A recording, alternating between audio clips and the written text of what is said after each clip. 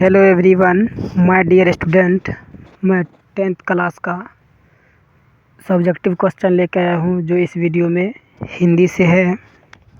एक का क्वेश्चन है, कविता के प्रथम अनुच्छेद में कवि भारत माता का कैसा चित्र प्रस्तुत करता है। इसका उत्तर है, प्रस्तुत सुकुमार कवि सुमित्रानंदन पंत जी ने स्वरचित कविता भारत माता के प्रथम अनुच्छेद में भारत माता का सजीव चित्रण बड़ा ही मनोहारी और यथार्थ के रूप से करते हुए कहा है कि भारत माता गाँव में निवास करती है। किसान द्वारा बोए फसल खेती में लहला रहे हैं, परंतु उनकी दशा ठीक नहीं है। उनके वस्त्र मैले कुचले हैं, उनके आंसू जल गंगा यमुना के रूप में बह रहे हैं। यह देखकर मिट्टी की प्रतिमा बनी भारत माता बहुत उदास है। नेक्स्ट क्वेश्चन दो का है, भारत माता अपने ही घर में परवासिनी क्यों बनी हुई है। इसका आंसर है,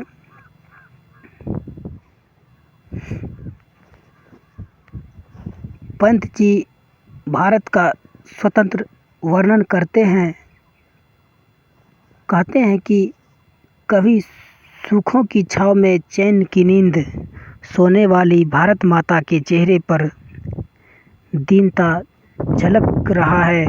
नींद गायब है और चेहरा झुका हुआ है।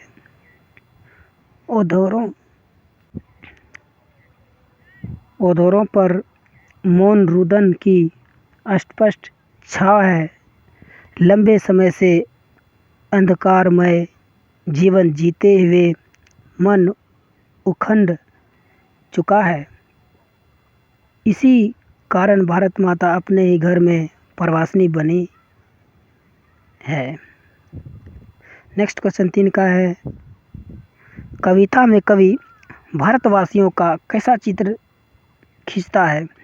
उत्तर है इसका, प्रकृति के अनुसार पंत जी स्वरचित कविता भारत माता में भारतवासियों का जीवन तस्वीर प्रस्तुत करते हुए कहा है कि भारत माता के 30 करोड़ संतानों के तन पर वस्त्र नहीं है, उनकी भूख नहीं मिटती है, वे शोषित है, अपने लिए कोई उपाय करने में असमर्थ है, वे मूर्ख, असभ्य, अशिक्षित और गरीब है। अपनी संतानों की स्थिति को देखकर भारत माता का मस्तक झुका हुआ है। नेक्स्ट क्वेश्चन है,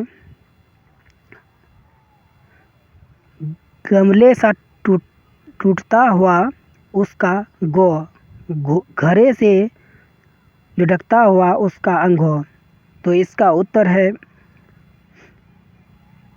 प्रस्तुत कविता अनामिका द्वारा रचित अक्षर ज्ञान से ली गई है, जिसमें कवित्रियों ने अक्षर ज्ञान प्रक्रियाओं को जटिल और रोमांचक बनाते हुए कहती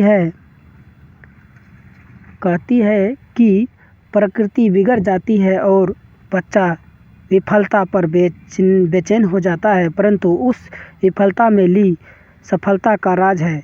कवियत्री भी विगड़ी आकृति को बच्चों के ही अंदाज में उदाहरण द्वारा कविता को और रोमांचक बना देती है। इसीलिए वह कहती है कि गौ गमले के समान टूटता हुआ लग रहा है और अंगों बड़े के समान लुढ़कता हुआ लग रहा है।